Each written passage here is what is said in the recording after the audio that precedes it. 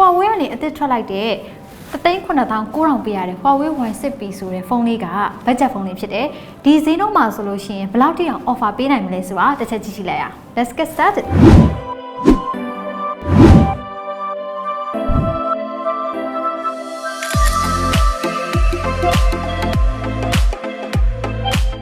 ပထမဆုံး first look အနေနဲ့ဆိုလို့ရှိရင်သဘောကျမိတာကသူ့ရဲ့ big quality ဖြစ်တယ်။အနောက်က plastic ကိုသုံးထားပေမဲ့တော်တော်လေးအကျန်းခံတဲ့အနေအထားမှာရှိတယ်။ Huawei ရဲ့ဖုန်းတွေအများစုကဟိုစကင်ကြတဲ့ကအရန်ကိုအကျန်းခံတယ်။ဒူဝေတာဝေခံတယ်ဘလောက်ပြုတ်ကြကြဘာမှမဖြစ်ဘူးဆိုတဲ့အနေအထားဒီဖုန်းကလည်းအဲ့လိုအနေအထားမှာရှိပါတယ်။အရှိဘက်မှာတော့ Dual Notch design လေး body to screen ratio ကလည်းတော်တော်လေးကျယ်တာကိုတွေ့ရတယ်။အနောက်ဘက်မှာဆိုလို့ရှိရင် fingerprint sensor ရဲ့ကင်မရာ3လုံးရဲ့ flashlight လေးရထည့်ထားပြီးရယ်။သူ့ပုံစံက P30 light နဲ့တော်တော်လေး design ပိုင်းဆင်တယ်။ P30 light ရဲ့ design ကို reference ယူထားပြီးတော့ budget ပုံစံလောက်ထားတဲ့ဖုန်းလို့ပြောလို့ရတယ် fingerprint sensor ကလည်းဒီဈေးနှုန်းမှာဆိုလို့ရှိရင်မစိုးဘူးမြန်တယ်လို့ပြောလို့ရတဲ့အနေအထားမှာရှိတယ် face unlock ကလည်းအဲ့လိုပဲတော်တော်လေးမြန်တယ်ပြီးတော့နောက်တစ်ခုသူ့ option ကဘာလဲဆိုတော့အလင်းအောင်မရှိတဲ့နေရာမှာကိုယ့်မျက်နှာကိုအလင်းရအောင်လို့ဖုန်းကနေပေါ့နော်အလင်းထုတ်ပေးရဟာမျိုး option ကိုလည်းရွေးလို့ရသေးတယ်သူ့ရဲ့ big quality မှာ handy ထပ်ပြီးတော့သတိထားမိတာဘာလဲဆိုတော့သူ့မှာသုံးထားတဲ့ color material ကအရန်ကို solid ဖြစ်တဲ့ပုံစံမျိုးဆိုတော့အချိန်အကြာကြီးအသုံးပြုမယ်ဆိုလို့ရှိရင်တော့မှအယောင်လွတ်သွားမယ့်အနေအထားမှာမရှိဘူးဘာဖြစ်လို့လဲဆိုတော့ तू ကကော်သုံးထားတယ်ပေါ့နော်အဲ့ကော်က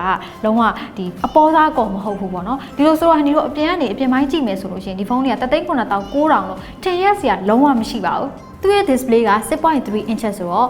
သူ့ရဲ့အရွယ်အစားကအနေထားမှာရှိရယ် 720p HD+ display ကိုမှသူက LCD display ဖြစ်တယ်ဒီဈေးနှုန်းဒီဘက်ချလဲမှာဆိုလို့ရှိရင်ဒီ display ကိုဟန်ဒီတို့ complaint တက်စရာအကြောင်းမရှိပါဘူးအဓိကတော့သူ့ရဲ့ brightness နဲ့ UI က smooth ဖြစ်နေတာကြောင့်လည်းဖြစ်ပါတယ်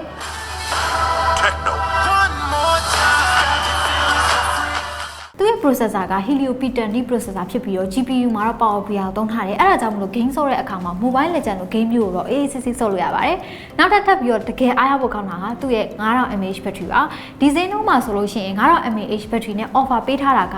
တကယ်ကိုရေးချက်စရာကောင်းတဲ့ဖုန်းတစ်လုံးလို့ပြောလို့ရနေပါပြီသူက 4K RAM 64K RAM နဲ့လာတယ်ပြီးတော့ SIM card နဲ့ကသုံးလို့ရတယ်နောက်တစ်ခုရှိတာ SD card မှာဆိုလို့ရှိရင်သူက 512GB ထိတောင်မှထပ်ပြီးတော့တိုးချဲ့လို့ရတယ်ဆိုတော့ဟန်ဒီတို့ storage တက်လည်းလုံးဝစိတ်ပူစရာလုံးမဟုတ်ပါဘူးเนาะ Huawei ဖုန်းတွေမှာတကယ်ကိုအားအရဆုံးအချက်ကဟန်ဒီအတွက်ဆိုလို့ရှိရင်တော့ကင်မရာပိုင်းဖြစ်ပါတယ်39,900ဆိုတဲ့ဈေးနှုန်းပတ်ချလဲမှာဟန်ဒီဓာတ်ပုံတွေစိုင်းရိုက်ကြည့်တဲ့အခါမှာကာလာတွေတော်တော်လေးဆိုတယ်ပြီးရင် depth sensor နဲ့ဓာတ်ပုံရိုက်ကြည့်တဲ့အခါမှာလဲသူက S detection အရန်ကိုကောင်းနေတာကိုတွေ့ရပါတယ်စိုင်းရိုက်ကြည့်ထားတဲ့ပုံတွေကိုတွေ့မှာပါဒါဟန်ဒီဘက်လိုက်ပြီးပြောတာမဟုတ်ဘူးတကယ် user experience အရာဓာတ်ပုံရိုက်ကြည့်ပြီးပြောတာပါနောက်တစ်ခုကဒီဈေးနှုန်းမှာ ultra wide angle lens ပါတာအဲ့ ultra wide angle lens ကဓာတ်ပုံရိုက်ကြည့်တဲ့အခါမှာ wide တယ်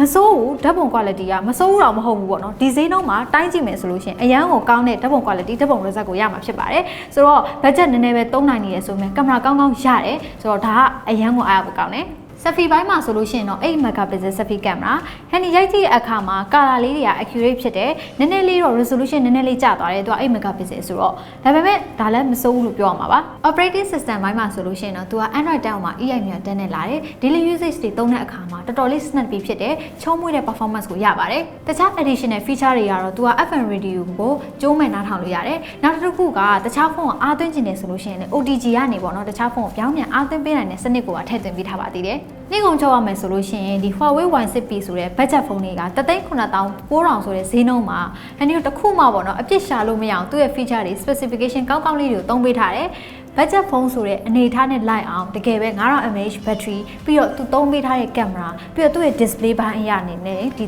39,000ပေးရတာတော်တော်လေးတန်နေပါပြီဆိုတော့ဒီဖုန်းနဲ့ပတ်သက်ပြီးတော့ဟန်ဒီတို့ full review လည်းလုပ်ပေးသွားပါမယ်ထပ်ပြီးတော့သိချင်တာတွေရှိလို့ရှိရင်လည်း comment မှာမေးသွားပြီးလို့ရပါတယ်ဟန်ဒီနဲ့ညှင်းခုန်သွားလို့ရပါတယ်ဒီဗီဒီယိုကိုကြိုက်တယ်ဆိုလို့ရှိရင် like and share လုပ်သွားပေးပါအားလုံးပဲတတာ